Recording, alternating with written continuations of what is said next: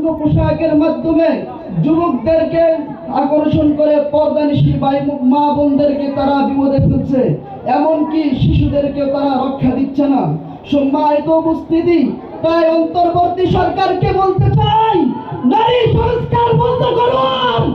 যদি নারী সংস্কার বন্ধ না করুন, কোরআনের বিরুদ্ধে আইন করবার চেষ্টা করেন, তাহলে শত শত ওলামায়ে কেরামের রক্তের উপর দিয়ে কোরআনের বিরুদ্ধে আইন করতে হবে।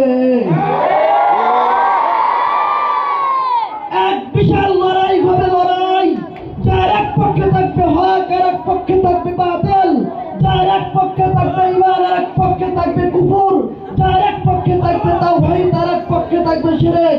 সেই বাতিলের বিরুদ্ধে, কুফরের বিরুদ্ধে, শিরকের বিরুদ্ধে জীবন দিয়ে হলে জীবন দিয়ে, রক্ত দিয়ে হলে রক্ত দিয়ে, শহীদের তামান্না নিয়ে ইনশাআল্লাহ আমরা চেষ্টা করে যাব ইনশাআল্লাহ।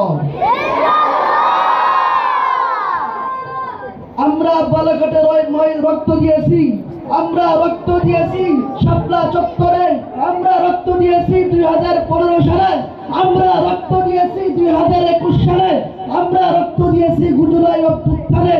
রক্ত দিয়ে আমরা অধিকার আদায় করব, রক্ত দিয়ে আমরা বাংলাদেশ কিনেছি। সুতরাং এই বাংলাদেশে আমরা রক্ত দিয়ে খেলাফত কায়েম করব ইনশাআল্লাহ।